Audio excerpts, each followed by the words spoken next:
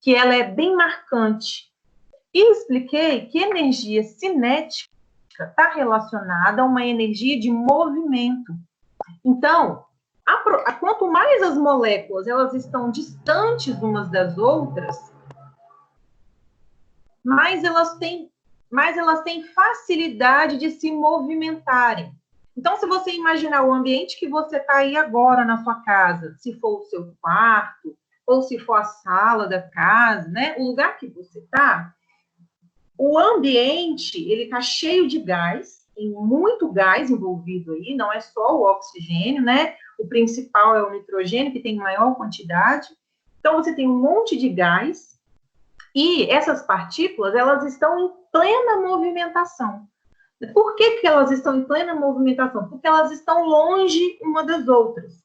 Quanto mais essas partículas vão se aproximando, menos elas vão se mexer. Então, a energia cinética tem a ver, né, a energia de movimento tem a ver com o estado físico. Quando o estado físico é gasoso, a partícula está separada, tem uma movimentação grande, tem espaço para se mexer. Quando é estado líquido, a energia cinética já é um pouco menor. No líquido ainda existe um espaço entre as moléculas e esse espaço possibilita uma movimentação. Agora, quando a gente está falando de sólido, a substância sólida ela já tem uma energia cinética bem baixinha.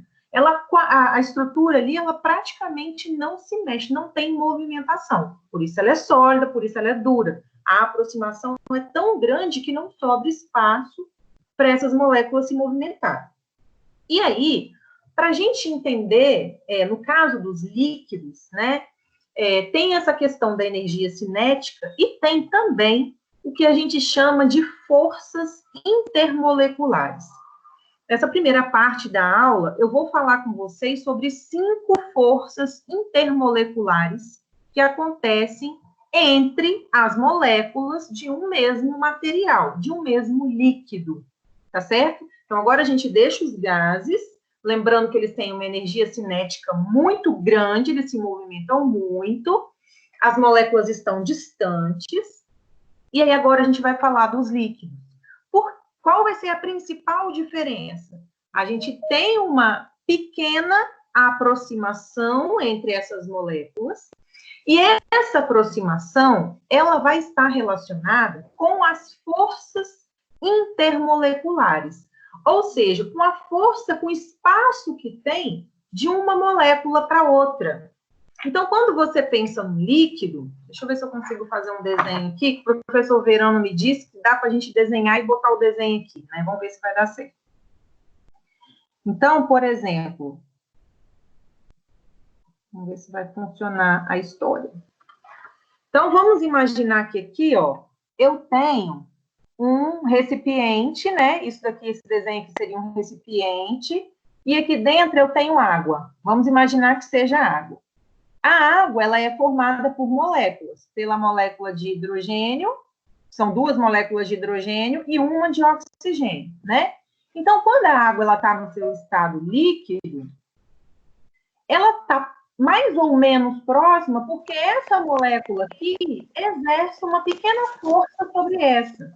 Essa molécula aqui exerce uma pequena força sobre essa. E uma vai exercer uma pequena força sobre a outra. Essas forças que elas estão exercendo umas sobre as outras aqui são chamadas de forças intermoleculares. E existem, então, 5 tipos de forças intermoleculares. Eu vou falar de cada uma agora para vocês, como é que elas funcionam, como que elas acontecem e onde é que elas vão se encontrar.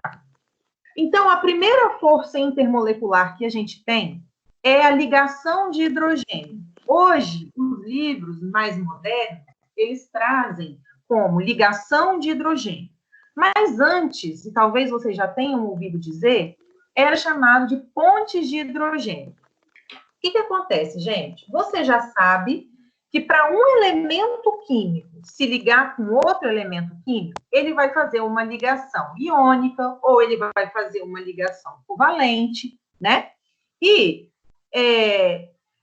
aqui nesse caso desse desenho meu, se você observar uma dessa daqui, uma moléculazinha dessa daqui, o que une elas aqui é uma ligação covalente, nesse caso, né? Poderia ser uma molécula de ligação iônica ou metálica, mas aqui é um exemplo de uma ligação covalente. Isso é uma ligação química que tem entre aqui. Entre essa, ou entre essa e essa, entre elas, é um outro tipo de ligação, né? Porque numa ligação química, a gente tem uma transformação. Então, por exemplo, você tinha lá oxigênio e você tinha hidrogênio. Eram dois materiais diferentes, eram duas matérias diferentes, hidrogênio e oxigênio. A partir do momento que eles fizeram uma ligação, eles se transformaram em outra coisa, eles se transformaram em H2O. Então, eles fizeram essa ligação, né? Para acontecer uma transformação química. Deixou de ser hidrogênio, deixou de ser oxigênio, para se tornar água. Agora, no caso desse tipo de interação intermolecular ou força intermolecular, a molécula, ela continua sendo água. Só que, se você pegar um copo, igual você está vendo o meu aqui, ó, um copo com água, tem um monte de molécula de água aqui dentro. Você não tem só um H2O aqui, você tem um monte de H2O aqui, né? E por que está líquido? O que faz esse H2O, esse monte de H2O está líquido? É a forma como elas estão interagindo entre elas. Como uma molécula de H2O está interagindo com outra molécula de H2O. Isso é uma interação entre as moléculas, que a gente fala intermolecular. É uma força, então, que vai deixar essas moléculas mais próximas, mais unidas. Essa ligação, essa interação, ela é chamada de ponte de hidrogênio ou de ligação de hidrogênio quando você tem hidrogênio ligado a flúor ou oxigênio ou nitrogênio. A gente fala assim, a ponte de hidrogênio é H ligado a FON. F de flúor, O de oxigênio, N de nitrogênio, né? Então, eu coloquei aqui no slide, ó. Ocorre entre flúor e hidrogênio, oxigênio e hidrogênio, nitrogênio e hidrogênio. O que acontece? É uma interação intermolecular extremamente forte, difícil de ser rompida, mesmo por ação da temperatura, mesmo por ação da pressão, é uma ligação difícil, uma interação difícil de se quebrar. Todas as ligações são possíveis de serem quebradas, né? Dependendo da temperatura que se emprega, dependendo da pressão que se emprega, da energia colocada ali. Mas, quando ela é uma ponte de hidrogênio, uma ligação de hidrogênio, essa ligação ela é forte. Por que ela é forte? Porque o flúor, o oxigênio e o nitrogênio são elementos, são átomos altamente eletronegativos. Os 3 elementos da tabela periódica mais eletronegativos que tem são flúor, oxigênio e nitrogênio, que a gente chama de FON. Então, são os 3 mais eletronegativos. O que representa a eletronegatividade no elemento? Nós conversamos sobre a eletronegatividade quando a gente ainda estava se encontrando na sala de aula. A eletronegatividade é a capacidade que o elemento tem de puxar elétron para ele, de puxar o elétron para perto dele. Então, quem tem essa capacidade maior entre todos os elementos da tabela periódica é o flúor. Depois dele vem o oxigênio, depois dele vem o nitrogênio. Isso determinado em experiências, tá? As experiências mostram que são esses os 3 mais eletronegativos. Tem outros? Tem. O cloro é eletronegativo, o bromo é eletronegativo. Tem vários que são eletronegativos. Mas os que têm a maior eletronegatividade são esses 3. E aí, então, quando eles se ligam com hidrogênio, eles acabam arrastando para perto dele o único elétron que o hidrogênio tem. Então, olha só, vou de novo fazer o desenho aqui para vocês poderem entender.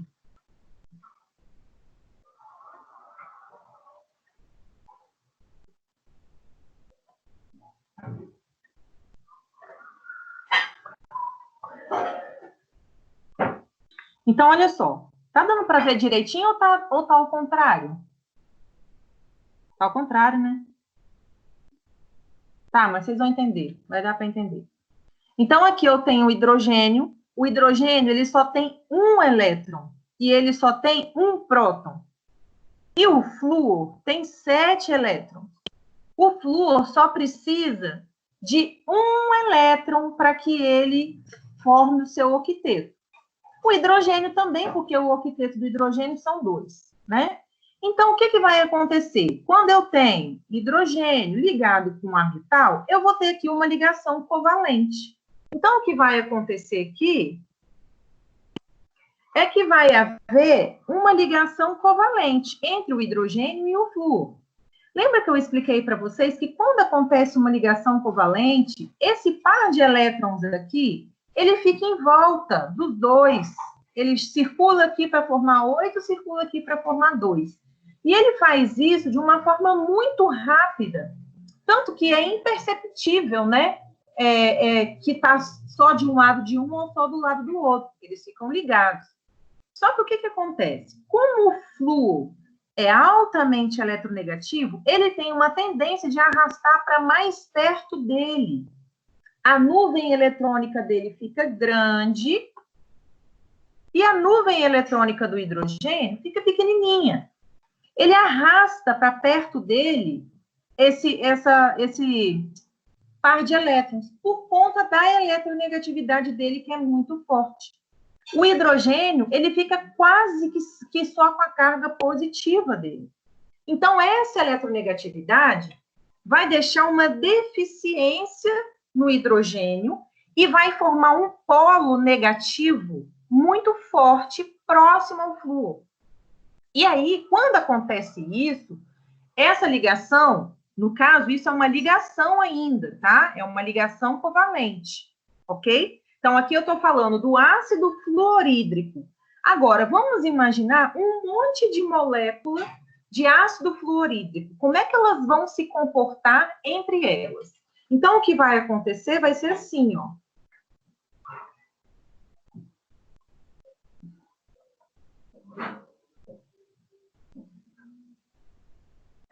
Então, a gente vai ter um monte de molécula de ácido fluorídrico, e aí, olha só, a tendência é que esse flúor aqui aproxime essa molécula através desse hidrogênio.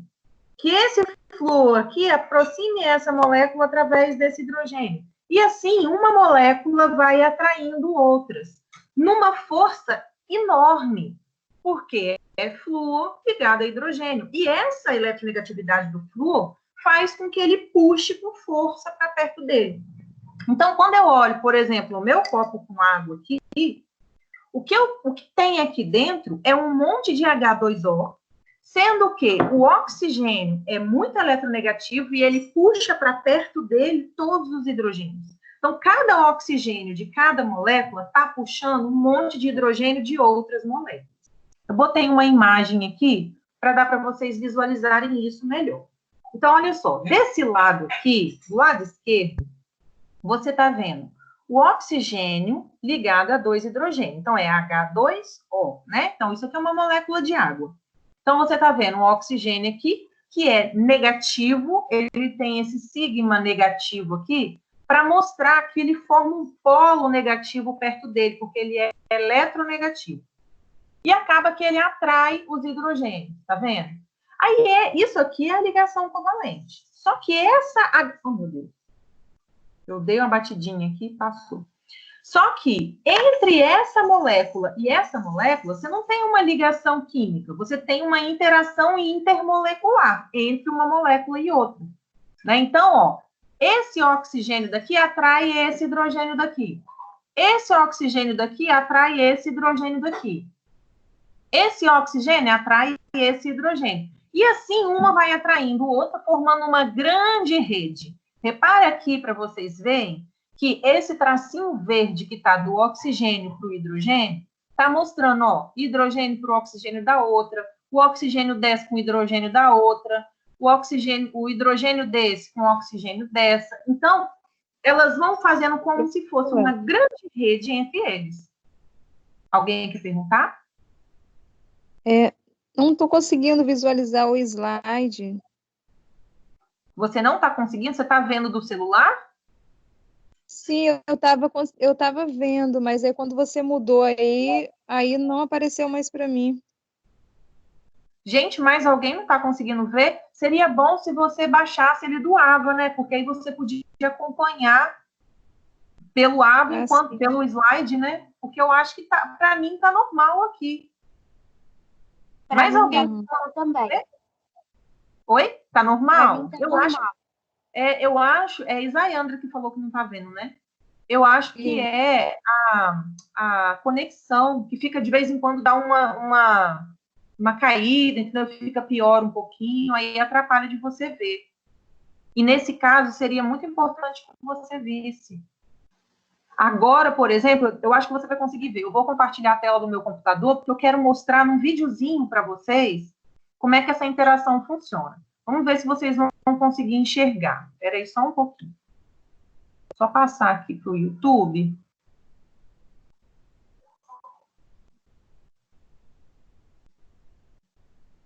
Vou dar uma pausa aqui.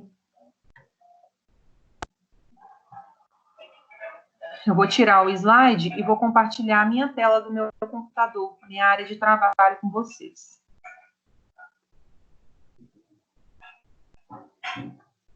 Para eu passar, para vocês verem, é um videozinho bem pequenininho, é só para vocês verem como é que funciona a interação intermolecular, né? Como é que as moléculas funcionam uma entre a outra. Tá dando para ver aí, pessoal? Sim. Então, tá explicando o que é a ligação de hidrogênio, né?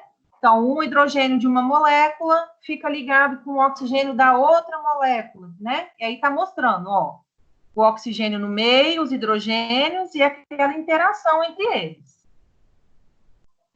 Tá vendo? Forma tipo um polo positivo e um polo negativo, né? Acaba que as moléculas elas vão se aproximar. Ah lá, olha como que fica. Era isso que eu queria mostrar. Por isso que é líquido. Se a gente pudesse investigar com um microscópio, num copo de água, o que está acontecendo, a gente ia estar vendo desse jeito aí, ó. Se a gente tivesse condição de enxergar cada molécula, era esse movimento que a gente iria estar vendo. As moléculas, uma pode até querer fugir, mas a outra puxa por uma atração. Essa é a ponte de hidrogênio. Tá vendo? Mais próximo, ó, a parte negativa de uma puxando a parte positiva da outra. Simples assim. Né? E aí a gente tem essa movimentação, tá? Então, essa ponte de hidrogênio... Espera aí que eu vou voltar. Só queria mostrar mesmo, era o movimento.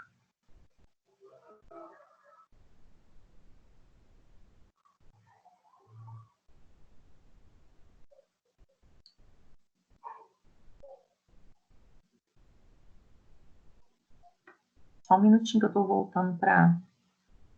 Estou voltando para o meu slide.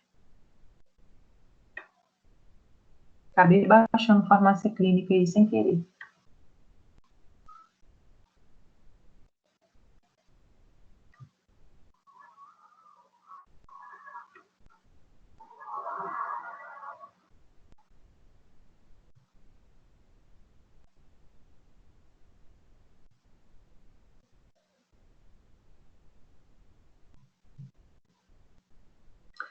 Então, pessoal, o que vai acontecer vai ser que essas moléculas, ele é líquido. A água, no caso, no estado líquido, ela faz exatamente aquele movimento.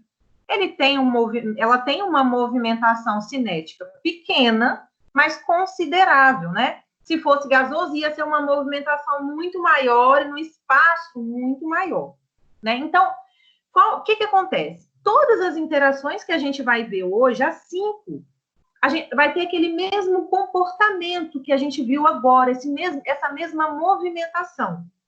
Só que cada tipo de ligação, ela vai acontecer com tipos de elementos diferentes, com tipos de ligações diferentes. Então, essa que eu mostrei agora é a ponte de hidrogênio. Qual é a característica da ponte de hidrogênio? É uma atração forte e que vai acontecer entre hidrogênio e oxigênio, hidrogênio e flúor e hidrogênio e nitrogênio. Só. né? Essa movimentação nós vamos ver em todas as ligações, em todas as interações. Só que a diferença é aonde é que vai acontecer cada tipo de interação intermolecular. A ponte de hidrogênio é hidrogênio ligado a FON, F-O-N, flúor, oxigênio e nitrogênio. Esse slide está lá para vocês, tá? No AVA. Então, aí, se vocês pegarem e clicarem no link, vocês vão poder assistir de novo lá no YouTube, se vocês quiserem. A segunda atração que a gente vai ter entre as moléculas é uma interação chamada de íon dipolo. Então, deixa eu explicar o que seria um dipolo, o que seria uma ligação para ser chamada de dipolo. Funciona assim. Quando a gente tem uma ligação iônica, a gente sabe que um elemento perde elétrons e o outro elemento ganha elétrons. Isso é o que caracteriza uma ligação iônica. Então, sempre eu vou ter uma alteração de carga elétrica. Na ligação covalente, eu não tenho troca de carga elétrica, né? Os elétrons, eles são compartilhados. Então, pelo fato desses elétrons serem compartilhados, não tem troca de carga elétrica. Só que é o seguinte, dependendo de qual ligação que está acontecendo, vai haver a formação desse polo. Da mesma forma que eu expliquei, que acontece entre o hidrogênio e o flúor, vai acontecer uma formação de polo. Então, as ligações covalentes, elas vão poder ser polares ou apolares. Eu vou ter ligação que vai ter formação de polo. Quando? Todas as vezes que esses elementos tiverem diferentes eletronegatividades. Então, eu tenho aqui, nesse exemplo aqui no quadrinho, hidrogênio e cloro. O cloro é muito mais eletronegativo do que o hidrogênio, né? E tem jeito da gente localizar o elemento na tabela periódica para saber se ele é eletronegativo ou não. Vocês até fizeram um trabalhinho sobre isso. Quando a gente pega a tabela periódica, você traçando uma linha reta nele, né? Na verdade, da esquerda para a direita e de baixo para cima, eu tenho uma ordem de eletronegatividade. Quanto mais ele está para a direita e quanto mais ele está para cima, mais eletronegativo ele é. Por isso que a gente sabe que o flúor é o mais eletronegativo de todos, porque ele, quando você faz a linha da esquerda para a direita e de baixo para cima, ele é que está aqui. Então, ele é o mais eletronegativo. Mas a gente tem como localizar o elemento na tabela e verificar se ele tem uma eletronegatividade. Se ele tiver eletronegatividade maior do que a outra com quem ele está se ligando, vai haver a formação de um polo.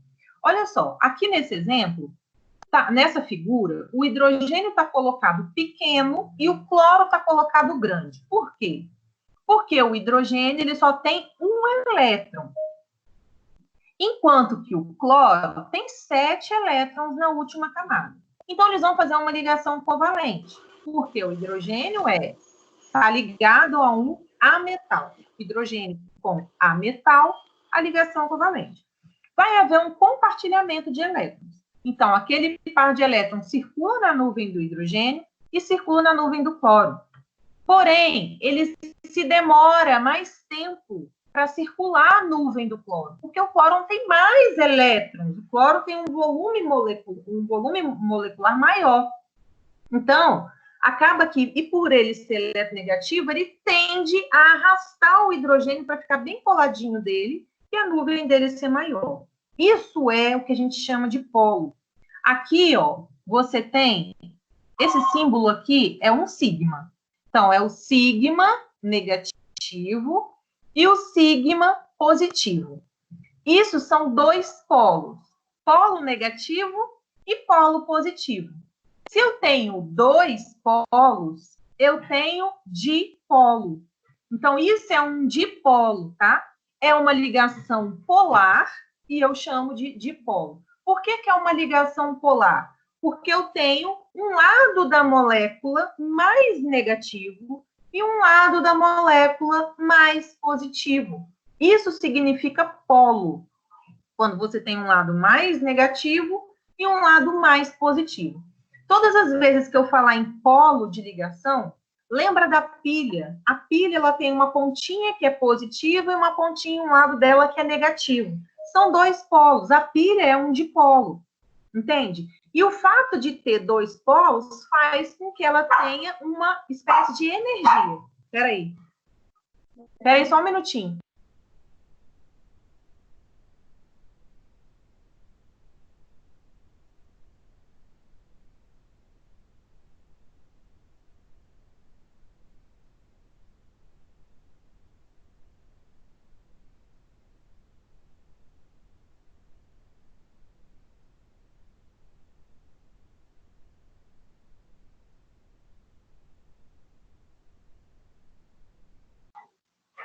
Tem uma pincher aqui em casa que ela é muito escandalosa, sabe? Aí qualquer coisinha, passa alguém aqui na escada, ela desespera latir. Então, gente, quando eu falo numa ligação covalente polar, eu estou querendo dizer que ela tem um polo positivo e um polo negativo. Mesmo que a gente esteja falando de uma ligação covalente, que tecnicamente, teoricamente, deveria ter essa distribuição idêntica, né? Porque eles estão compartilhando. Mas por conta da diferença de eletronegatividade, o elemento mais eletronegativo arrasta para o lado dele a nuvem eletrônica. Ela tende a ficar mais tempo lá. Como a nuvem eletrônica é uma nuvem negativa, aonde ela está centralizada mais, fica um polo mais negativo do que o outro. Isso é uma ligação polar. Eu vou mostrar para vocês aqui na imagem a diferença entre uma ligação apolar e uma ligação polar. Então, nós já falamos um pouquinho sobre a ligação polar. Agora, observa aqui que a gente tem H2. São dois hidrogênios. Se são dois elementos iguais, a eletronegatividade deles é idêntica. Então, a distribuição dos elétrons também é idêntica. O tempo que um elétron permanece de um lado e de outro é o mesmo. Então, a nuvem eletrônica é uma só para os dois. Olha só nesse lado aqui. Aqui eu botei um exemplo, ó. Cl2, o gás cloro. O cloro, a gente sabe que ele é um elemento altamente eletronegativo. Só que, quando ele está ligado a outro cloro, cloro ligado a cloro, a eletronegatividade de cada um é a mesma. Então, se eu tenho a eletronegatividade idêntica em um e outro, a distribuição dos elétrons também vai ser idêntica. Assim, eu não formo polo. Quando eu não formo polo, eu tenho uma ligação apolar, né? A significa não. Então, apolar. Não tem polo. A distribuição eletrônica é idêntica. Aqui, então, ó, mostra que a nuvenzinha é idêntica entre os dois. Já no caso da polar, o cloro está ligado ao hidrogênio e o cloro é muito mais eletronegativo do que o hidrogênio. Então, ele acaba fazendo uma nuvem bem grandona em torno dele, fazendo com que ele tenha um momento de um polo negativo maior do que em volta do hidrogênio. Então, essas são as diferenças entre uma ligação apolar e uma ligação polar, né? Na polar, tem essa formação de polo. E aí, pessoal, essa interação íon-dipolo é quando eu tenho misturado num sistema, uma ligação, um elemento, uma matéria que tenha uma ligação covalente polar e um íon. Então, eu tenho um íon disperso numa ligação covalente polar. Aí eu tenho uma interação íon-dipolo. Olha só o exemplo.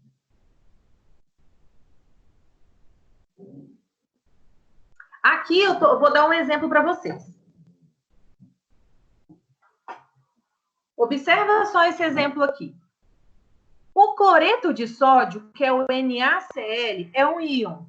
Como que eu sei que ele é um íon? Eu tenho um metal, que é o Na, ligado a um ametal, que é o cloro. Então, toda vez que eu tenho um metal ligado com um ametal, eu tenho um íon. Então, vamos pensar que eu coloquei cloreto de sódio dentro da água. Então, A ligação entre H2O é uma ligação covalente e é uma ligação polar. Por quê? Porque o oxigênio forma o polo.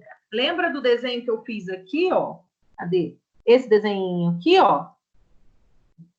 Que essa bolinha maior representa o oxigênio, que é eletronegativo, né? Puxando os hidrogênios para perto dele. Então, você tem uma molécula que é polar, que é covalente polar, e mais um íon, que é o cloreto de sódio. Então, quando você joga o cloreto de sódio dentro da água e mistura, que tipo de interação que vai ter aqui? A interação que vai ter aqui é uma interação íon-dipolo. Tenho só água. Só água, ela é atraída por pontes de hidrogênio. Só água. Por quê? Porque H2O é hidrogênio ligado a oxigênio, ponte de hidrogênio. Joguei sal aqui dentro. A partir do momento que eu joguei sal aqui dentro, misturei, dissolveu, que tipo de interação que tem aqui? Aí eu tenho uma interação íon-dipolo. Por quê? É um íon, que é o cloreto de sódio, mais um dipolo, uma ligação covalente polar, que é o H2O, que é uma ligação covalente polar. A única diferença é essa. Quando você olhar para o copo com sal diluído aqui, aparentemente não tem diferença nenhuma. Só que, por exemplo, se eu botar uma água só com fonte de hidrogênio para poder ferver, e se eu botar uma água com sal para ferver, acontece, o ponto de ebulição vai acontecer em tempos diferentes, porque eu tenho uma substância diferente, que está ligada por interações diferentes, certo? Então, quando eu tenho um íon ligado com uma substância de ligação covalente, aí eu vou ter uma ligação covalente polar, aí eu tenho uma interação íon-dipolo. Para quem gosta de anotar, pode colocar aí, fazer tipo um quadrinho, para vocês saber classificar quem é quem, né? Então, você vai botar assim, ponte de hidrogênio, do lado de cá, hidrogênio ligado a flúor, oxigênio ou nitrogênio.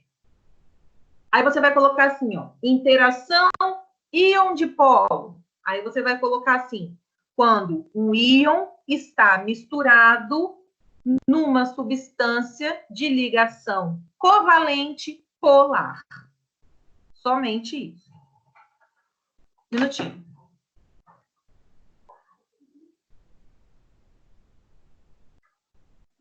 Anotaram aí, pessoal? Vou fazer aqui para vocês poderem copiar de mim, tá? É porque eu acho que vai dar o contrário, mas eu vou tentar.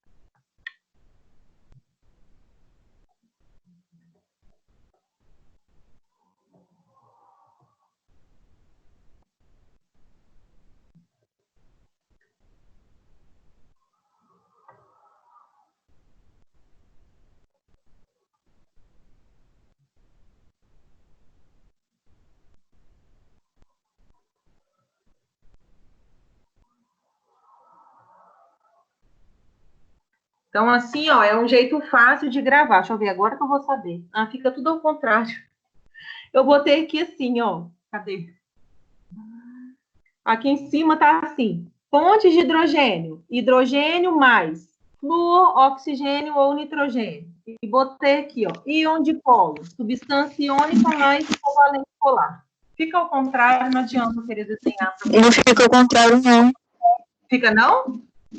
Não, Que bom, porque para mim, aqui, quando eu boto, fica ao contrário. Quando eu coloco assim, onde eu estou vendo, tá ao contrário. Que bom que dá para ver, então. É isso. Então, essa foi a segunda. A terceira já vai ser uma interação de polo-dipolo. Então, vamos entender Pode mostrar o que é. Oi? Pode mostrar novamente? Posso, peraí.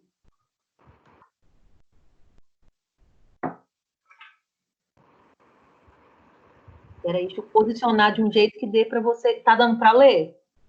Sim. Então, eu botei lá em cima, assim, ó. pontes de hidrogênio. Aí puxei uma setinha. H mais F, vírgula, O, vírgula, N. Ou seja, o hidrogênio vai estar ligado ao flúor, ao oxigênio ou ao nitrogênio. Aí embaixo eu coloquei aqui, ó, íon dipolo.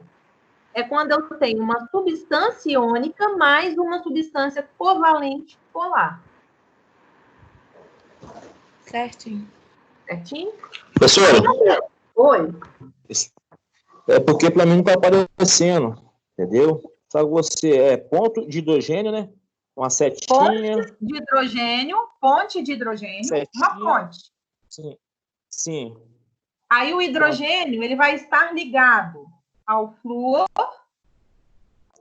Então, oxigênio, assim seria H mais H mais F, vírgula, H O, F, vírgula, H mais N. F, vírgula N. É, N de nitrogênio. Beleza. E o de baixo é o íon Dipolo. íon dipolo. Íon dipolo, isso. Sim. Só isso? Só isso. Tá, beleza, então, senhor. Obrigado. Valeu. Valeu. Professor, Estou fazendo o próximo já por coisa. professor, Espera aí, rapidinho. Pode falar. Pode falar, estou ouvindo. eletrocondutividade na água, Oi? é por isso que o sal aumenta a eletrocondutividade na água? Exato, exatamente. É pelo tipo de polo que forma ali. Entende? Você tem polos positivos e negativos, então você consegue ter uma condutividade. Ok? E é por isso também, porque eu lembro que quando a gente estudou a ligação iônica, eu disse a vocês que qualquer substância iônica em água vai ter essa condutividade. Exatamente por esse tipo de interação que se promove, né? Agora, se a gente pegar um ácido e colocar ele na água, por exemplo, um HCl, e colocar ele na água, ele também vai ter uma condutividade, mesmo ele não sendo iônico. Entende? Porque forma polo, porque forma esse momento polar. E aí, então, ele consegue ter uma polaridade. E aí ele vai fazer a condutividade. Lembra que eu comentei com vocês sobre uma experiência que a gente consegue fazer de botar dentro da água com sal e acender a luz? Lembra que eu falei isso? Se a gente fizer isso, por exemplo, dá certo, tem essa experiência feita com laranja, tem essa experiência feita com limão, de colocar dentro da fruta, porque o ácido tem uma determinada condutividade. Porque o ácido é o hidrogênio ligado a algum elemento eletronegativo. Então, ele vai ter essa polaridade. Por isso que vai ter condutividade elétrica. Entendeu? É bem isso mesmo. Agora, pessoal, o terceiro tipo de interação que acontece entre as moléculas é a chamada de polo-dipolo. Então, eu vou ter que ter dois polos, um positivo e um negativo, outros dois polos, um positivo e outro negativo. Esse tipo de ligação, esse tipo de interação de polo-dipolo, ela vai acontecer entre uma molécula covalente polar com outra molécula covalente polar. Então, vou botar de novo aqui o quadrinho que eu estou construindo, para vocês poderem ver. Em cima estava lá as pontes de hidrogênio, embaixo está a ligação íon-dipolo, e agora tem a ligação dipolo-dipolo. Dipolo-dipolo é quando eu tenho covalente polar com outra covalente polar. Então, se alguém estiver anotando, pode copiar desse jeito. Que aí fica tipo um resuminho do slide. O slide já é o resumo do livro. E isso daqui é o resumo do slide, o resumo do resumo. Né? Então, o que vai acontecer é que essas moléculas elas vão ter outro tipo de ponto de fusão, por exemplo. Então, se você pega um ácido, olha só o que acontece. Se a gente pegar ácido clorídrico, HCl, ela é uma ligação covalente que forma polo, porque o cloro é muito eletronegativo. Se a gente botar isso, um HCl líquido, dentro da água, a água também é covalente polar. Então, você tem duas covalentes polares, interação de polo. O que acontece quando a gente mistura ácido com água? A substância fica altamente quente. Quando a gente for ter aula prática, eu vou mostrar para vocês.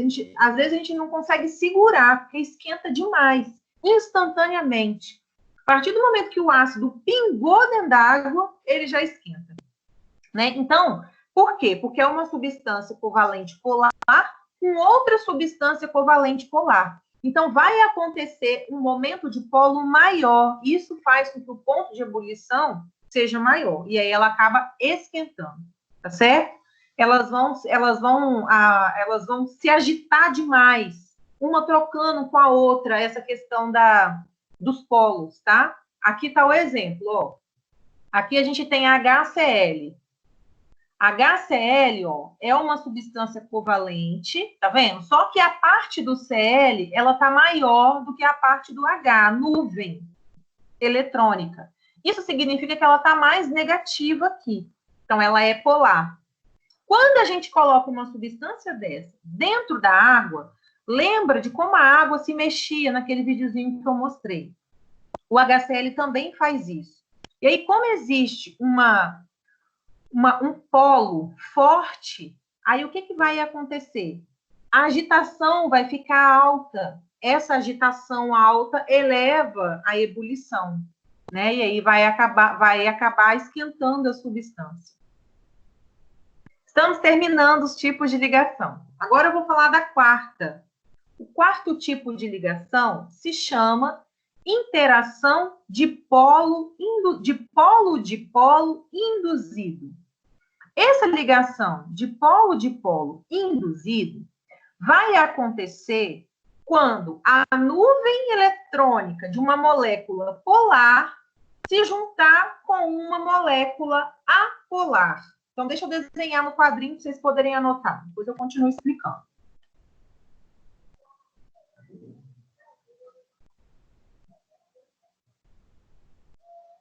Então, agora a gente vai colocar embaixo aí, de polo induzido.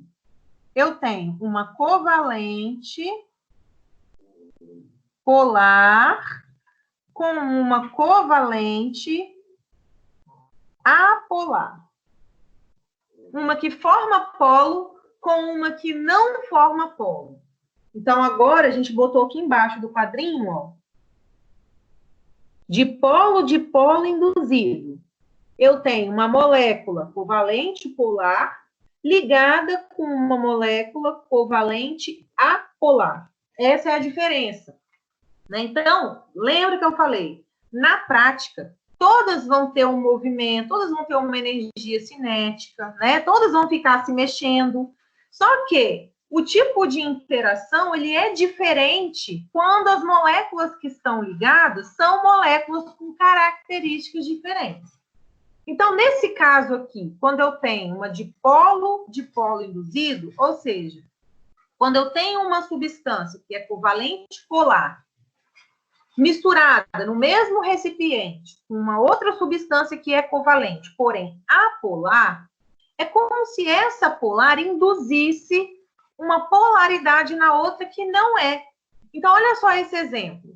A gente pensa na água, que é o H2O, né, que é polar, né? Então, vou desenhar aqui para a gente poder ver. Então, você tem a água, que ela é polar, e você tem o oxigênio, que é um oxigênio ligado a outro, só que de forma apolar. Então, deixa eu fazer assim. E aqui, sem polo. Então, olha só. Aqui eu tenho a água. É 2 Hs e 1 oxigênio. E aqui eu tenho 2 oxigênios, O ligado a O. Essa substância aqui é covalente polar. Eu tenho formação de polo. Um polo negativo aqui, polos positivos aqui. E essa ligação aqui, ela é apolar. Então, se eu tiver oxigênio, O2, na presença de água, o que, que vai acontecer? Quando elas se aproximarem, vai haver uma atração. É como se o oxigênio pudesse ser dissolvido na água, por conta da atração que acontece. Um instantinho.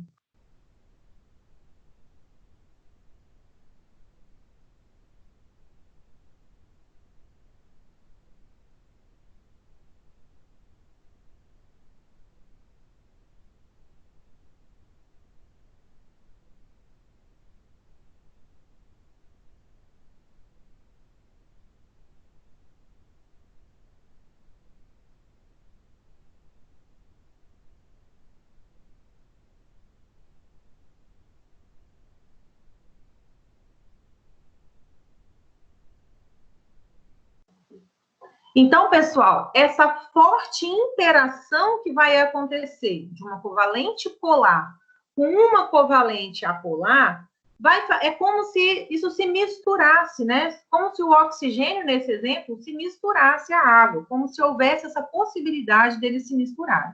Então, aqui está mostrando melhor do que o meu desenho. Então, aqui tem o oxigênio. No caso, esse oxigênio aqui é o oxigênio gasoso, O2, tá? O2, então você tem uma ligação covalente apolar, não forma polo, porque são duas moléculas iguais. Então, a nuvem eletrônica é igual de um lado e do outro. E aí, aqui a gente já tem a água. A água é polar. O fato da água ser polar faz com que ela tenha um polo negativo e dois positivos aqui. É como se esse oxigênio puxasse os elétrons desses dois hidrogênios para bem pertinho dele. Então, quando o O2 se aproxima da água, quando eles vão se aproximar, o oxigênio ele ainda tem uma atração por essa molécula de O2 aqui. Repara que aqui estava direitinho apolar.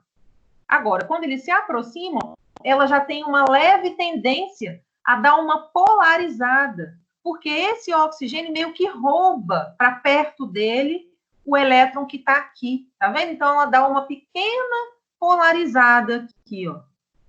Tá vendo? Polo positivo, polo negativo. Não tinha polo nenhum. Então, por que se chama de polo induzido? Desculpa. Porque aqui você tem um dipolo. E ele induz esse que não tinha polo, ele induz a formar um polo. Né? Então, isso é de polo induzido. E a última ligação é uma interação chamada de interação de London. Interação de London é dipolo induzido. Então, bota embaixo aí, na última coisa do quadrinho. Interação de London. O que vai acontecer?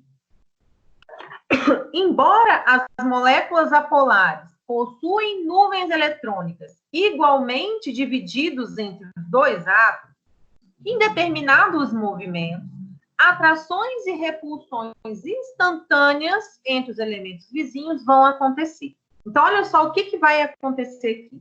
Na interação de London, eu tenho covalente apolar com covalente apolar. Né? Então, no nosso resumo, fonte de hidrogênio ligado a flúor, oxigênio ou nitrogênio. Depois, de polo, substância iônica com covalente polar. Depois, de polo, covalente polar com covalente polar.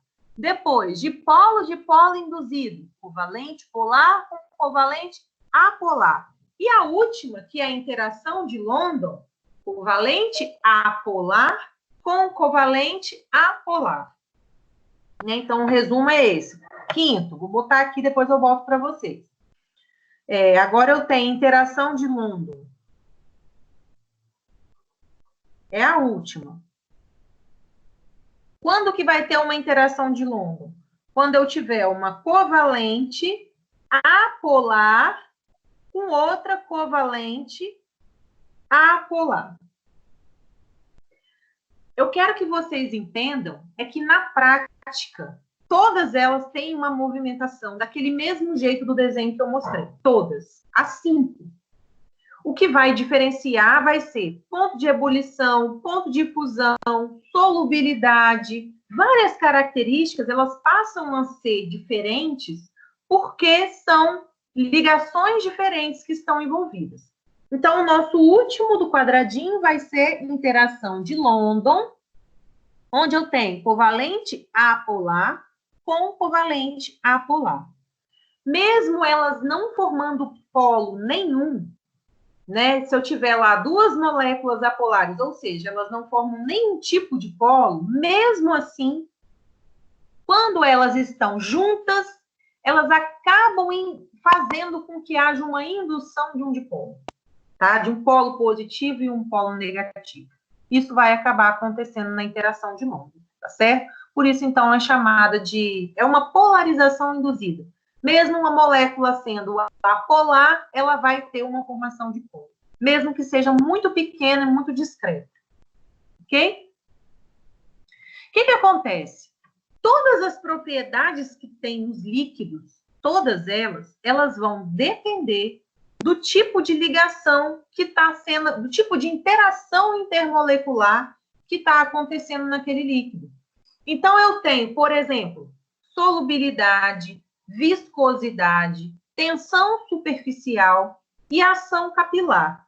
Essas 4 propriedades de líquidos, né, existem muitas outras, mas essas 4 propriedades, elas estão diretamente ligadas com o tipo de interação intermolecular que está acontecendo naquele líquido. Então, uma interação intermolecular forte, como, por exemplo, a ponte de hidrogênio, quanto a íon de polo, como a de polo, ela vai dar uma solubilidade maior, vai ter uma propriedade de solubilidade maior, né? Então, a viscosidade também tem a ver. Vou passar uma por uma dessas características para a gente poder falar.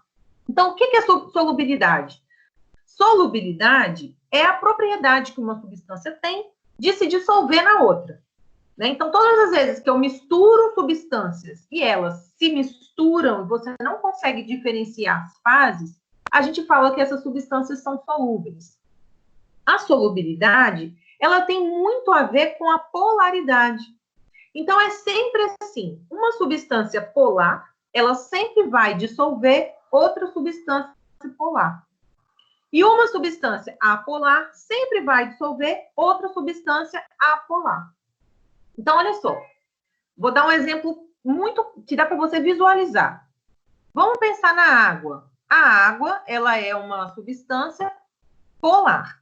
Então, qualquer outra substância, seja ela líquida ou seja ela sólida, que for polar, vai ter facilidade de se dissolver na água. As substâncias que são apolares, via de regra, não vão se dissolver. Só que algumas, dependendo da temperatura que a gente submeter, ela ainda consegue dar uma pequena interagida com a água, mesmo que não haja uma dissolução completa. Imagine, então, vocês a água, que é polar, com óleo de cozinha, que é uma substância lipídica de estrutura polar, de estrutura apolar, perdão, totalmente apolar. Quando você pega o óleo e mistura com a água, o que vai acontecer? Essa substância, por mais que você fique agitando um tempão, quando você colocar em repouso, essas moléculas elas vão começar a se separar.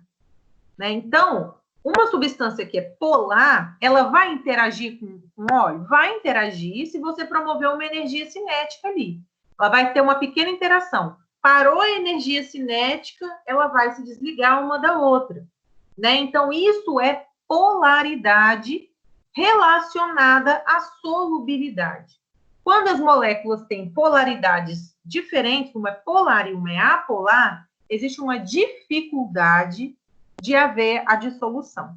Então, a solubilidade, ela vai estar relacionada à polaridade. Então, só de você saber que, por exemplo, o álcool é polar, a água é polar, só de você saber isso, já sabe que álcool e água se misturam. Se você souber que a gasolina é apolar e a água é polar, aí você já sabe que elas não vão se misturar, entende? Então, tipo assim, a gente tem algumas, aí, por exemplo, uma experiência que a gente faz em aula prática. A gente pega gasolina, leva para o laboratório para a gente saber qual é a taxa de álcool que tem ali. A gente sabe que a gasolina ela é adicionada de álcool, né? Essa gasolina que a gente compra, ela é adicionada de álcool. E aí, quando ela tem mais álcool do que a lei permite, a gente fala que essa gasolina é uma gasolina batizada, né? Tá mais aguada, digamos assim. O álcool, ele tem uma polaridade diferente da gasolina. Então, em condições normais, eles não se misturam. O que faz com que o álcool se misture à gasolina é porque existe uma substância que é utilizada como aditivo. Um adiciona o outro, né? O aditivo, ele é para isso. Na aula prática, a gente faz assim. A gente bota a gasolina, então faz de conta que você tem um becker aqui, né?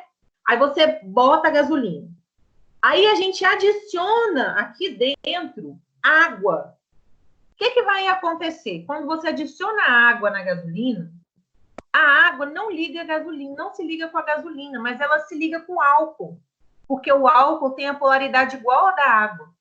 Então, o que vai acontecer? A água, quando você joga a água ali naquela mistura, né, de gasolina com álcool, você quebra o efeito do aditivo. E aí, todo o álcool que está misturado vem para a água. Então, tipo, você tinha aqui, faz de conta que estava tudo amarelo aqui da gasolina, tudo amarelo. Aí você vai e joga água. Na hora que você joga água e agita, o que vai acontecer? Aos poucos, o amarelo vai descendo e vai ficando aqui em cima, transparente. Esse transparente é a mistura de álcool com água e o que vai para baixo é a gasolina pura. E aí você, por medição de volume, você consegue saber quanto de álcool que tinha adicionado naquela gasolina. E aí a gente consegue chegar se aquela mistura ela estava dentro da lei ou se ela estava uma gasolina batizada. Nós já fizemos isso várias vezes com várias gasolinas de Guarapari nas nossas aulas práticas. Eu espero poder fazer isso com vocês. Mas isso vai mostrar que, por polaridade, uma substância se liga mais à outra, né? Então, de acordo com a polaridade igual, ela vai se dissolver.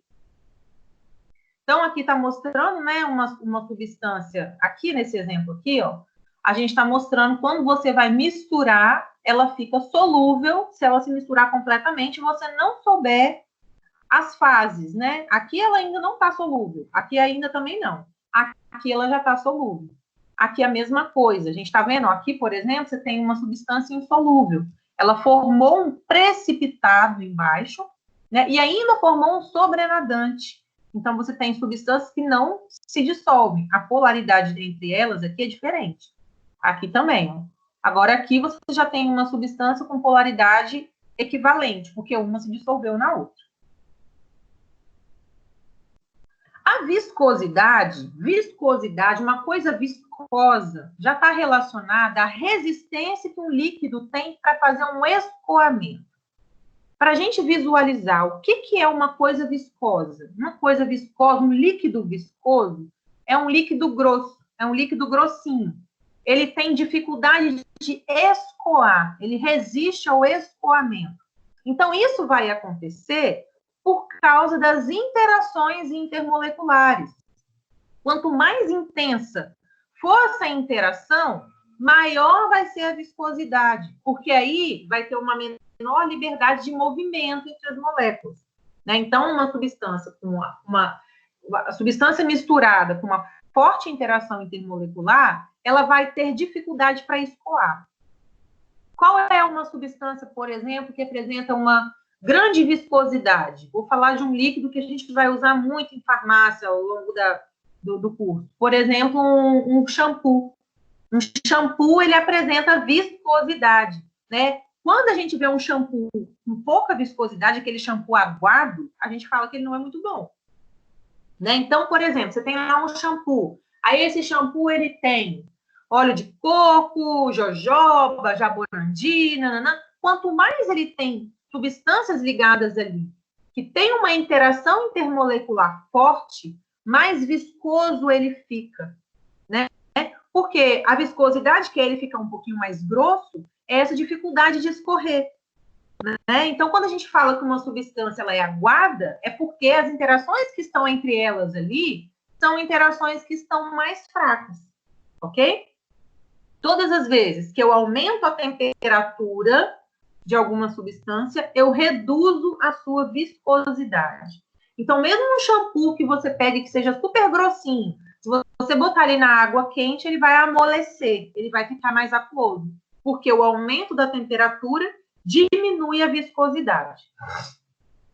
Eu botei uma imagem aqui para a gente entender o que é o escoamento, né? Imagine essa colher com essa substância aqui, que parece ser altamente viscosa, e uma outra colher só com água, que tem uma viscosidade muito pequena, né? Então, uma substância que ela tem mais interações mais fortes, ela acaba ficando mais encorpada e mais viscosa. A outra propriedade do líquido se chama tensão superficial. O que é uma tensão superficial? Ela é uma superfície que o líquido forma de acordo com a interação intermolecular do que está se ligando ali naquele líquido. Espera aí que eu perdi meu slide. Não sei por que isso acontece às vezes. Vou botar de novo aqui.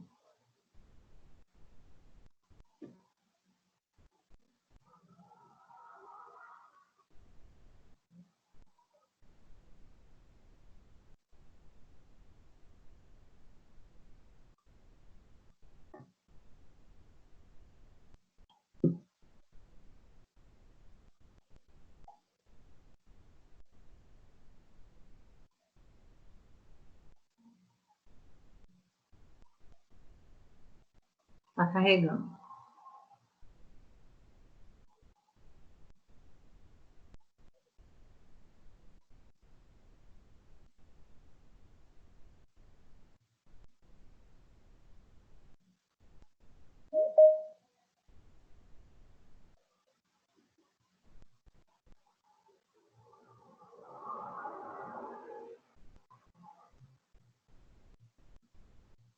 Então, pessoal, a tensão superficial, ela vai acontecer uma superfície que o líquido forma de acordo com o que ele está se ligando, né? Então, olha só, deixa eu mostrar na figura para poder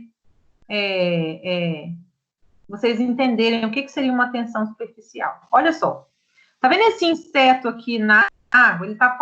Ele pousou sobre a água. Isso que está acontecendo aqui, o que ele existem aqui na pata dele, né? Não sei nem se o nome de negócio de inseto é pata, mas vamos fazer de conta que seja. Aqui, assim, nessa partezinha dele, vão ter substâncias que, quando entram em contato com a água, formam uma tensão. Então, ao invés de afundar, eles só formam uma espécie de uma tensão mesmo. Isso se chama tensão. Abaula, faz um abaulamento na água. Isso é provocado por uma tensão superficial, né? Então,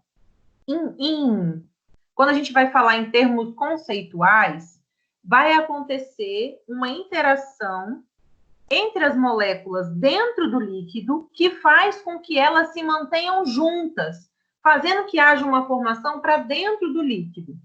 Essa característica, que é a tensão superficial, que define essa superfície do líquido. Então, quanto mais forte for a interação intermolecular, mais essa substância tem tendência a formar essa tensão. Então, todas as vezes que a gente falar em tensão superficial, você lembra que as moléculas elas vão se rearranjar como se formando uma capa protetora aqui por cima.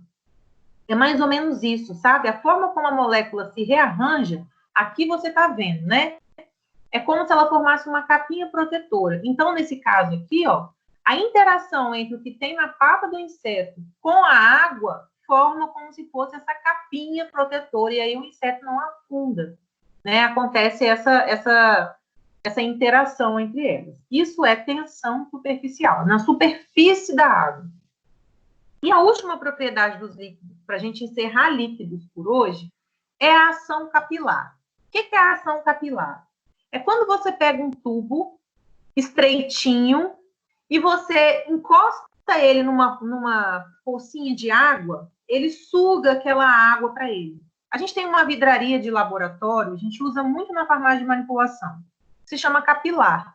É como se fosse um canudinho de vidro, mas é um canudinho bem estreito. O que acontece? Só de você encostar ele com a boquinha aberta para baixo, né, num líquido, tipo numa pocinha assim, esse líquido já começa a subir sozinho. Isso é ação capilar, né? Então, é a elevação de um líquido por dentro de um tubo capilar, que a gente chama de capilar, né? É uma força de adesão. O líquido adere à parede daquele capilar e vai sendo sugado. Na oportunidade de aula prática, eu vou mostrar isso para vocês, tá? Então, olha só, aqui tem uma imagem mostrando, ó, como se fosse um capilar, tá vendo? A água tá aqui embaixo, a água laranjada tá aqui embaixo, né? Foi colocada aqui, né? E aí, então, se ela ficar paradinha aqui, ela sobe pelo capilar, ela adere ao capilar, ela vai subindo. Vocês vão ver isso. Isso daqui, ó, não sei se está dando para enxergar direito, mas é um monte de capilarzinho, um monte de canudinho desse que eu falei de vidro, bem fininho. E aí, quando você quer pegar líquido, você encosta ele que o líquido sobe, né? Também, pela ação de capilaridade, a gente tem a formação de menisco. O que é isso? Menisco é uma superfície curva que se forma quando você coloca um líquido dentro de um tubo ou dentro de um recipiente.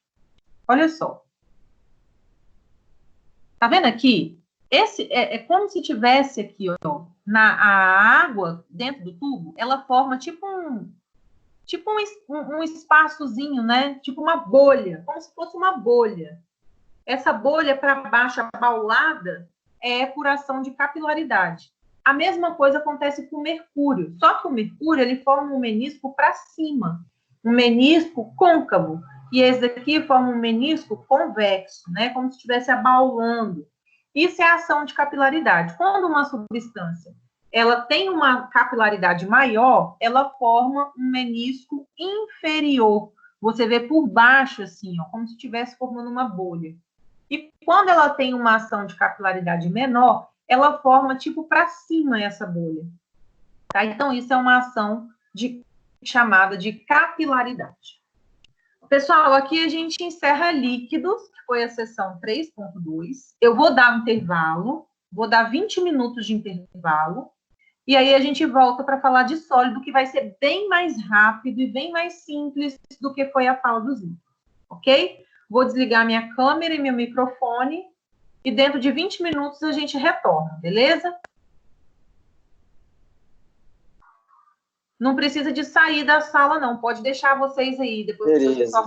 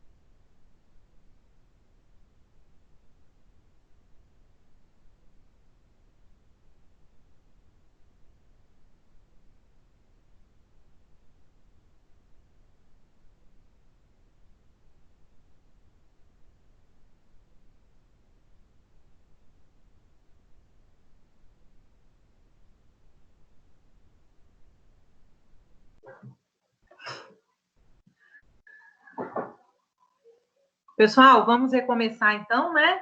Retomar. Eu falei com vocês, essa parte de sólido, ela é mais fácil e ela é mais rápida. Gente, lembrar que eu falei para vocês que quem fizer as atividades do portal do AVA até o dia 18, que é até segunda-feira, que vai ganhar ponto também. Lembra disso, tá? Não esquece de fazer, não. Então, vamos lá. Nas duas matérias, professora? Não. Só em química. Em farmácia clínica eu não botei nada, não. Ainda nem sei o que eu vou dar de farmácia clínica. Até quinta-feira eu falo. Pessoal, então é o seguinte. No caso do sólido, então a gente já viu que a agregação das moléculas, a agregação das partículas é que vai determinar se ela vai estar líquida, se ela vai estar gasosa ou se ela vai estar sólida. Na sólida, as moléculas, elas estão bem juntinhas, né? As partículas que formam aquela molécula, elas estão bem próximas. A energia cinética ali é bem baixa, elas não têm muita movimentação, né? E aí, na maioria das substâncias, funciona assim, quando você vai diminuindo a temperatura, na medida que você vai diminuindo a temperatura, aí elas vão ficando com a energia cinética mais baixa e vão chegando no ponto de solidificar. É o que acontece, por exemplo, com o gelo. Então, você tem a água em temperatura normal, em temperatura ambiente. Quando você atinge 100 graus, que é o ponto de ebulição, essa água começa a entrar no estado de vapor, né? Então, aumenta muito a energia cinética, aumenta muito a movimentação e ela entra no estado de vapor a partir de 100 graus.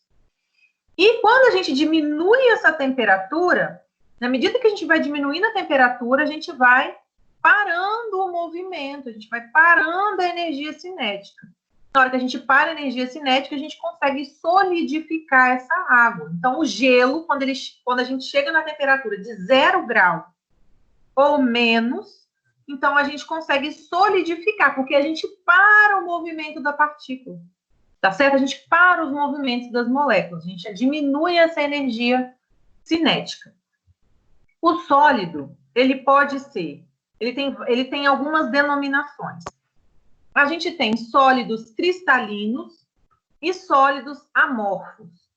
Os sólidos cristalinos são aqueles em que eles formam um arranjo bem ordenado, que a gente chama de cristal, né? Então, esses sólidos cristalinos, o arranjo entre as moléculas é certinho. E um sólido amorfo, ele não tem uma forma definida. A organização que acontece entre as partículas não é uma organização definida. Então, se a gente pudesse pegar uma substância sólida, fazer uma foto dessa substância, para ver por dentro dela como é que estão as partículas, a gente iria ver as seguintes formas. Num sólido cristalino, a gente ia ver as moléculas organizadas, tá vendo? De uma forma ordenada.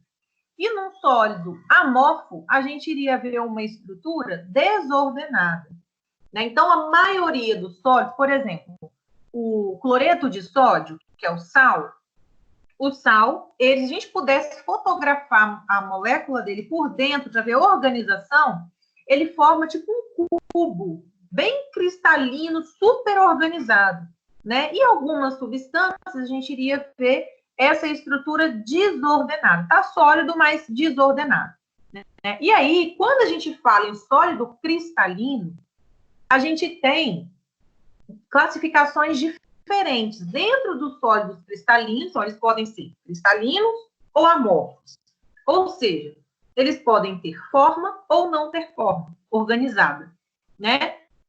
Os cristalinos, eles estão subdivididos. Então, dentro dos cristalinos, eu tenho cristalino molecular, cristalino reticular, cristalino metálico e cristalino iônico. Todas essas classificações têm a ver com esse formatinho que ele tem interno, essa organização que ele tem interno, espacial. No caso dos sólidos moleculares, são aqueles sólidos que são formados a partir de substâncias covalentes, né? E aí, essas características vão depender de que tipo de interação que vai estar acontecendo entre as moléculas. Então, a gente tem um sólido molecular muito conhecido, é o gelo, que é a água em estado sólido. Né? Então, para a água, quando ela está em estado sólido, quando ela está em 0 grau, ela vai ter as fontes de hidrogênio, né? E isso vai, por ser uma ligação de hidrogênio, ela no seu estado sólido, ela tem uma dureza considerável. Então, a água, quando ela está congelada, ela é dura. Ela, por ação mecânica, ela quebra, óbvio. Mas ela tem uma estrutura organizada e muito dura, porque existe uma configuração geométrica entre as moléculas, que quando elas vão ficando sem movimento, elas param o movimento de uma forma organizada, ordenada, não para de qualquer jeito. Na medida que a substância vai diminuindo a temperatura, a energia cinética vai reduzindo os movimentos, elas vão parando no lugar certo, digamos assim, né? Então, isso que acontece. De forma geral, todas as vezes que a gente tem um sólido molecular, ele é mais pesado do que ele mesmo na sua forma líquida. A única exceção é a água. Porque quando a gente tem a água líquida, igual está aqui no meu copo, se eu botar um gelo, o gelo vai ficar flutuando. Por que o gelo vai ficar flutuando? Porque a água líquida é mais pesada, mais densa do que a água no estado sólido. É a única exceção que acontece no sólido molecular. Todos os outros sólidos moleculares, a forma sólida é mais pesada do que a forma líquida, tá certo? Então, por que isso acontece, gente? Só para vocês entenderem por que isso, né? Porque essas pontes de hidrogênio, com a substância no estado líquido, ela é mais forte do que quando ela está no estado sólido. A força da ligação de hidrogênio diminui quando ela está no estado sólido. Então, aqui você tem um arranjo molecular da água, por exemplo. Tá vendo que ela é bem organizada? Imagine só, lembra do movimento que eu mostrei para vocês no início da aula? Está tudo desordenado, enquanto está líquido, está tudo desordenado. Vai diminuindo a temperatura, elas vão parando de se mexer. Vai diminuindo, elas vão parando, só que elas não param do jeito que elas estão. Elas vão se juntando de uma forma em que elas fiquem organizadas. Então, essa é a estrutura cristalina da água no seu formato molecular, sólido molecular. A gente tem também os sólidos que são chamados de sólidos reticulares. Esses sólidos reticulares, eles são ligados por ligações covalentes fortes. E eles formam uma rede. Então, reticular é de rede. Então, são substâncias que, se a gente pudesse fotografar a molécula dela, como é por dentro, a gente iria ver uma rede muito bem estruturada. É o que acontece, por exemplo, com diamante, com grafite. O grafite e o diamante são carbono. É o carbono num arranjo diferenciado. O mesmo carbono que forma o grafite, que é do lápis que a gente escreve, o mesmo carbono é o que forma o diamante. A diferença entre um e outro é o arranjo molecular dele, que vai se dar por uma temperatura e por uma pressão diferenciadas, né? Só que mesmo no diamante, mesmo no grafite, são sólidos reticulares. Eles se formam, as moléculas do carbono se rearranjam em forma de rede. E essa rede, ela vai ser, tá vendo aqui, ó, aqui no grafite, repara que ele tá que essa rede, ela tá um pouquinho mais afastadas, as moléculas estão um pouquinho mais afastadas. E no caso do diamante, essas redes, elas estão bem juntinhas, né? Então, todo sólido reticular, ele é duro, ele é extremamente rígido, eles são insolúveis em água e eles têm um ponto de fusão alto. Para você fundir um diamante, você tem que levar uma temperatura altíssima, né? Mais de 1.500 graus. Então, o ponto de fusão dele é muito alto. E o ponto e no caso, eles têm uma dureza e eles têm uma configuração em forma de rede. Por isso que é reticular, né? Os sólidos metálicos são todos os sólidos que são formados por ligações metálicas. Ou seja, sempre que a gente vê metal ligado a metal. Então, lá na sala, eu falei para vocês assim, a gente tem a ligação iônica, que é entre um metal e um ametal. A gente tem a ligação covalente, que é entre um ametal com outro ametal, ou se não, um ametal com um hidrogênio. E a gente tem um terceiro tipo de ligação, que é chamado de ligação metálica, que é quando o metal está ligado a outro metal. Então, todo sólido metálico é formado por ligação metálica. Latão, que você vê lá que é mistura de aço com ferro, né? O próprio aço, o próprio ferro, né? Tudo isso é formado por ligações metálicas. São elementos que são unidos através dos seus cátions. Eles são, ao mesmo tempo que eles são duros, eles são maleáveis, você consegue mexer com ele, né? Pensa numa viga de ferro, dessas de construção, você consegue praticamente dobrar, né? Então, ele é maleável, ele é lustroso, é bom condutor térmico. Todo tipo de metal, ele esquenta com muita facilidade e ele esfria com muita facilidade. Ou seja, ele é um bom condutor térmico, né? Se você estiver fazendo comida numa panela de inox, com uma colher de inox, então, se você esquecer a colher dentro da panela, em um minutinho ela fica extremamente quente. Mas também, a partir do momento que você botou debaixo da torneira gelada, na mesma hora ela fica gelada, né? Esses utensílios, eles são sólidos, metálicos, né? Eles têm todas essas características. São maleáveis, são dúcteis, são lustrosos, são bons condutores térmicos e elétricos, e eles têm uma estrutura de empacotamento, né? Ele sempre está muito junto. O espaço que acontece entre um elemento e outro é muito pequeno. Praticamente não tem espaço vazio. Essa figura aqui mostra como seria, por exemplo, uma estrutura de uma colher de aço inox, né? Como seria qualquer tipo de utensílio que seja de ferro. Se você pegar um latão na rua, né? Pega um latão dessas latas de lixo, esses latões mesmo. A configuração é desse jeito, ela é organizada, né? Então, por isso ela tem uma forma, é cristalino, porque é organizado, e o sólido metálico é o que tem menor espaço entre os átomos que estão ligados, ok? Então, se a gente fosse traçar uma diferença, né, entre um sólido reticular e o sólido metálico, o sólido reticular, ele está formado como uma rede. Repara nessa imagem aqui, que existe espaço, tá vendo? Existe espaço. É uma rede, né? Mas eles estão unidos, eles estão ligados, mas existe espaço. No sólido metálico, não tem espaço. Tá vendo? Ele é bem junto mesmo. Então, todas as vezes que eu tiver metais ligados entre si, eu vou estar pensando nesse tipo de estrutura que está sendo formada. Os sólidos iônicos são compostos sólidos que são formados por ligações iônicas. Então, por exemplo, o cloreto de sódio, que é o sal de cozinha, ele é um sólido iônico, né? Ele é um sólido cristalino, ele forma uma estrutura organizada, mas ele é formado por ligação iônica. Os sólidos iônicos são duros, são quebradiços, têm alto ponto de fusão e são bons condutores elétricos. Todos os sólidos iônicos solúveis em água fazem condução de eletricidade. Por quê? Porque quando ele entra em contato com a água, ele separa o polo positivo do polo negativo. Então, eles são bons condutores. Eles se organizam em retículos cristalinos.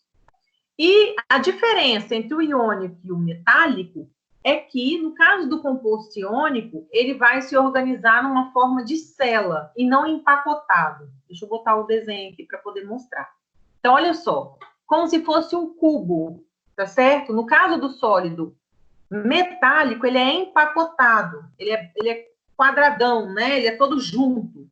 No caso do sólido iônico, ele também é junto, mas ele forma como se fosse um cubo. Ele forma uma espécie de um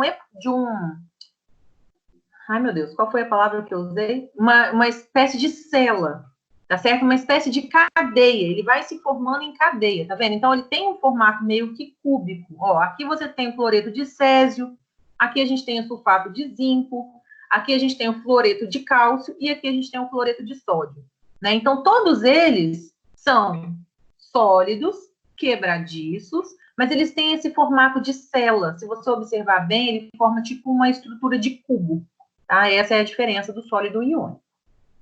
Então, aqui, ó, eu coloquei uma imagem que a gente finaliza com essa imagem. Aqui a gente tem um sólido amorfo. O polietileno, ele é considerado um sólido amorfo. Ele não tem uma forma muito bem definida.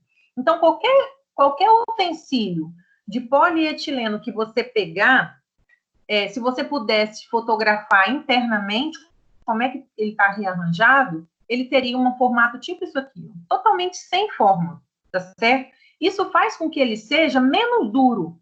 Ele é sólido, mas ele é menos duro do que um sólido que a gente chama de sólido cristalino, aquele sólido que tem forma, tá certo? Aqui tem um sólido reticular, que é o silício, né, em forma de rede. Aqui a gente tem o sólido, que, como exemplo, o cloreto de sódio, que é o sódio iônico, e aqui a gente tem o metálico, que é o alumínio. Né? Então, repara que é muito semelhante o que acontece com o sólido metálico com o sólido iônico. A diferença aqui, ó, é que o sólido metálico ele ainda é mais empacotado, é mais junto do que o iônico. O iônico ele ainda é mais um pouquinho separado. E é isso, pessoal. Eu deixei uma atividade para vocês. Na atividade, eu pedi para vocês fazerem uma pequena pesquisa para vocês relacionarem para mim o ponto de fusão e o ponto de ebulição com o estado físico da matéria. Então, tem duas perguntas lá. Né? O que é o ponto de fusão, como ele está relacionado com os estados sólido, líquido e gasoso, e dá um exemplo. E depois eu fiz a mesma pergunta do ponto de ebulição, né? Como ele está relacionado com esses estados, e um exemplo. Vocês vão pesquisar na internet e vocês vão descobrir quando uma substância é sólida, como é o ponto de fusão dela, como é o ponto de ebulição dela. Quando uma substância é líquida, como é o ponto de fusão, como é o ponto de ebulição. Quando uma substância é gasosa, a mesma coisa. Como é o ponto de fusão, como é o ponto de ebulição. A atividade de hoje é só isso. É bem facinho, tá? E aí, eu quero saber se vocês têm alguma dúvida. Se vocês têm alguma pergunta sobre essa aula de hoje. Você vai mandar essa atividade por e-mail, professora? Já está lá no AVA.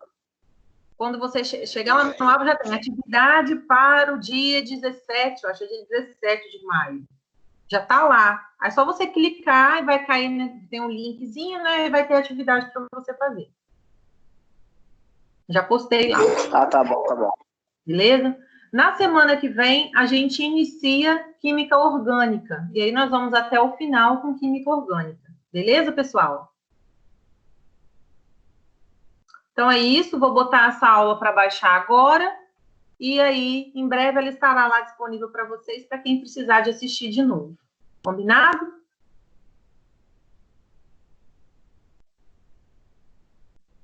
Fechado, então, gente. Por hoje é só. Beijos para todos. Boa semana. Quinta-feira a gente se vê.